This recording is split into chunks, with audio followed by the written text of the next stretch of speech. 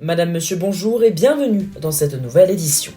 Les San Antonio Spurs de Victor Wembanyama ne sont plus qu'à un match de la qualification en finale de NBA. Nous allons y revenir en longueur dans cette édition. Également à la une, le Giro d'Italia, mais aussi un choc en Ligue 1. Le premier, le Paris Saint-Germain, affronte son dauphin, le RC Lens. Ce sera ce mercredi soir. Le casque sur les oreilles, le volume au maximum, un verre à la main, l'œil du sport, c'est parti. 2 jours seulement après l'expulsion pour un vilain coup de coude sur Naz Reid de la star française de NBA Victor Wembanyama, il a repris ses esprits et a même porté vers la victoire lors du match 5 son équipe, les San Antonio Spurs, face à Minneapolis. Victor Wembanyama a ébloui de son talent, auteur de 27 points à 9-16 au tir, 17 rebonds, 5 passes et 3 contres. Il offre donc en partie la victoire aux siens, très large victoire de 29 points, 126 à 97.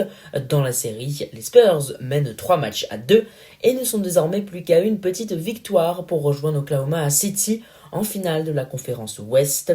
Victor Wembanyama a encore une fois été la star, mais surtout le chouchou du public, lui qui a été accueilli comme un héros par un public pas du tout rancunier, a marqué 16 points en seulement 6 minutes du jeu en début de rencontre, contre 11 points pour toute l'équipe des Wolves, dont plusieurs actions de très grande classe, face à un autre Français plus en difficulté, Rudy Gobert. Toujours en NBA, une triste nouvelle puisque nous avons appris ce jour le décès de l'intérieur Jason Collins qui avait évolué aux États-Unis de 2001 à 2014. Il est décédé à 47 ans d'une tumeur au cerveau selon les dires de la NBA et de sa famille. En football, la section féminine de l'Olympique de Marseille, qui évolue en Arkema Première Ligue, avait décidé de faire confiance en octobre à l'ancienne sélectionneuse des Bleus, Corinne Diacre, afin d'assurer le maintien.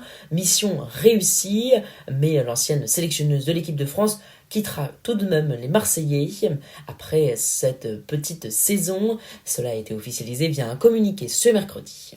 Dans le reste de l'actualité du ballon rond, le football pleure aussi l'un des siens. Il s'agit de Fleury Dinalo, joueur emblématique de l'Olympique Lyonnais durant 15 ans, lui qui a remporté 3 fois la Coupe de France. Il est aussi le 9e meilleur buteur de l'histoire de la Ligue 1. Il est décédé à l'âge de 83 ans. À la fin de cette édition, un aperçu du programme avec 2 matchs en retard de Ligue 1 et notamment le choc entre le premier et le dauphin Paris Saint-Germain-Lens. Ne quittez pas dans quelques instants. Dans le reste de l'actualité, en cyclisme, Jonathan Narvaez s'est imposé sur la 4e étape du Giro. Ce mardi, c'était la première disputée dans la botte. Le costaud champion d'Équateur a notamment devancé Orluis Aolar et Giulio Ciccone, l'Italien de Lidl Trek qui endosse le maillot rose de leader au classement général. Concernant la 5e étape, notez qu'elle n'est pas encore terminée à l'heure de l'enregistrement de ce podcast. Par conséquent, nous ne pouvons pas vous annoncer de vainqueur, mais nous pouvons vous en annoncer un autre, l'ancien champion d'Europe Tim Merlier, qui s'est imposé au sprint et s'impose comme le premier leader du Tour de Hongrie. C'était donc sur la première étape. Le Français Benoît Cosnefroy a récupéré de précieuses secondes de bonification, lui qui est présent dans le but de remporter le classement général. Du tennis à présent avec Iga Swiatek qui s'est montrée impressionnante pour infliger une véritable correction à Jessica Pegula, 6-1-6-2. Pourtant, Jessica Pegula n'est pas n'importe qui, elle est 5e mondiale. C'était ce mercredi, en quart de finale du WTA 1000 de Rome, et ce sera donc la première demi-finale cette saison pour la Polonaise qui a autrefois dominé le circuit féminin. De son côté, chez les hommes, Martin Landalus, à seulement 20 ans, profite à fond de son repêchage à Rome. Il s'est qualifié mardi pour les quarts de finale, son 2e match à ce niveau en Masters 1000 après Miami, signe donc qu'il poursuit son éclosion et qu'il est à suivre dans les prochains rendez-vous. Mais la plus grande surprise vient d'un Italien, Luciano Darderi, 20e mondial, qui s'est imposé face à celui qui occupe le 3e rang au classement ATP Alexander Zverev en 8e de finale du Masters 1000 de Rome. 1-6, 7-6, 6-0, principal outsider du tournoi, Zverev a servi pourtant pour le gain de la rencontre dès le 2e set avant de laisser filer 4 balles de match dans le jeu décisif. Le programme à présent qui vous est présenté par myfuturegift.com, c'est un site où vous trouverez tout ce que vous pouvez imaginer et même ce que vous n'imaginez pas encore, alors que ce soit pour vous ou pour offrir, pour personnaliser ou pour décorer, rendez-vous sur myfuturegift.com. Merci à eux de nous soutenir et donc maintenant le programme. Avec un match en retard en Ligue 1 qui comptera pour la 29e journée, Lens Paris Saint-Germain. Et oui, le Dauphin accueille celui qui sera vraisemblablement le champion de cette saison, les Parisiens qui pourraient officiellement remporter un nouveau titre en Ligue 1, leur 14e dans leur histoire. Pour cela, il faut éviter la défaite, un nul peut suffire. L'admirable poursuite du PSG par Lens tout au long de la saison va donc vraisemblablement toucher à sa fin. Le club compte 6 points de retard sur celui qui n'est pas encore mathématiquement, mais presque en tout cas, à la différence de but abyssale, champion à 2 journées de la fin. Le match aurait pu être encore plus important pour le titre s'il n'avait pas été décalé. On rappelle ce report en raison de la Ligue des Champions, un report qui avait été demandé également par Strasbourg qui dispute l'UEFA Europa Conference League et qui se déplacera donc à Brest. Et attention au match au piège pour les Strasbourgeois qui sortent d'une très bonne saison et qui se sont fait éliminer en demi-finale de cette Conference League. L'équipe d'Éric Roy a chuté certes au classement de la Ligue 1, suit sa tête méforme flagrante avec une série de défaites, mais cependant ils ont tenu tête pendant une bonne partie de la rencontre face au Paris Saint-Germain avant que Douai ne les fasse craquer. Alors même si le PSG était largement remanié, Brest peut tenter quelque chose à domicile ce soir. La rencontre est à suivre à partir de 19h. Du football également à l'étranger avec la 36e journée de Liga et le champion barcelonais qui se déplace sur la pelouse d'Alaves qui cherchera à sortir de la zone de relégation de la Liga. C'est ce mercredi à 21h30. Ce mercredi également, alors que la course au titre s'annonce serrée en Première Ligue jusqu'au bout, le match en retard de Manchester City face à Crystal Palace est une victoire impérative après un week-end riche en rebondissements en Première Ligue avec de nombreuses méformes. Les coéquipiers de Ryan Cherki devront donc remporter cette rencontre pour espérer gagner la Première Ligue, même si rien ne sera encore fait.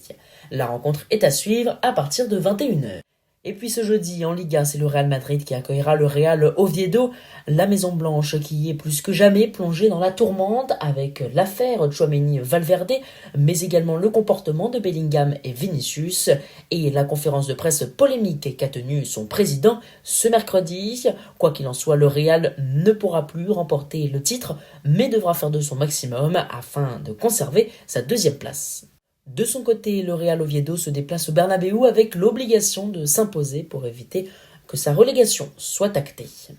Et puis pour clore le programme du foot, ce vendredi, le barrage d'accession à la Ligue 1 avec Saint-Étienne-Rodez. Le vainqueur de cette rencontre défiera le 16e de la première division française pour tenter de décrocher une place dans l'élite.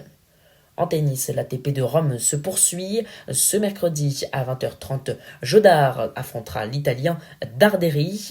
Et puis ce jeudi, l'Andaluce Medvedev, ce sera à 13h, même heure, pour Sinner qui défiera Rublev. Chez les femmes, la Belge Cirstea défiera la États-Unienne Coco Gauff à 13h également ce jeudi. En cyclisme, la 6e étape du Giro d'Italie. Ce 14 mai, Pastellum-Naples, une étape longue de 142 km. Les sprinteurs vont sûrement retrouver le sourire au départ des ruines de la cité grecque antique de Paestum. Ils côtoieront alors le bleu tyrrhéen jusqu'à Salerne avant de s'attaquer à la côte de la Cava des Tirreni, seul relief de l'étape. L'arrivée semble donc réservée aux grosses cuisses du peloton. Et puis ce vendredi, la 7e étape sera beaucoup plus longue, 244 km, le jour le plus long de cette édition du Giro, et peut-être même le plus dur, avec 4470 mètres de dénivelé au programme. C'est donc l'heure de la première explication au sommet entre favoris. On pense notamment à Jonas Vingegaard, double vainqueur du Tour de France, qui rêve de remporter un 3e grand tour différent. Il devra donc être très bon dans l'ascension du Blocarus, 13,6 km à 8,4%, avec des rampes interminables à 2 chiffres jusqu'à 14%. Voilà, vous savez maintenant tout, ou presque. En tout cas, un grand merci d'avoir suivi cette nouvelle édition de L'Œil du Sport.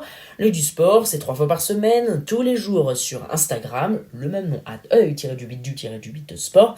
Et bien sûr, une couverture exceptionnelle des plus grands événements. Ne manquez pas, très bientôt, Roland-Garros. Ce sera à Paris, L'Œil du Sport est mobilisé, mais également le Tour de France et bien sûr la Coupe du Monde de football que vous attendez sûrement dès cet été. Alors, grand merci, n'hésitez pas à nous soutenir, vous mettez mettez un petit pouce, vous vous abonnez. Vous savez, vous faites le nécessaire, ça vous prend quelques instants et pour nous, ça change tout. Alors à très vite, je vous donne rendez-vous vendredi soir pour un nouveau point complet sur l'actualité sportive. Ciao!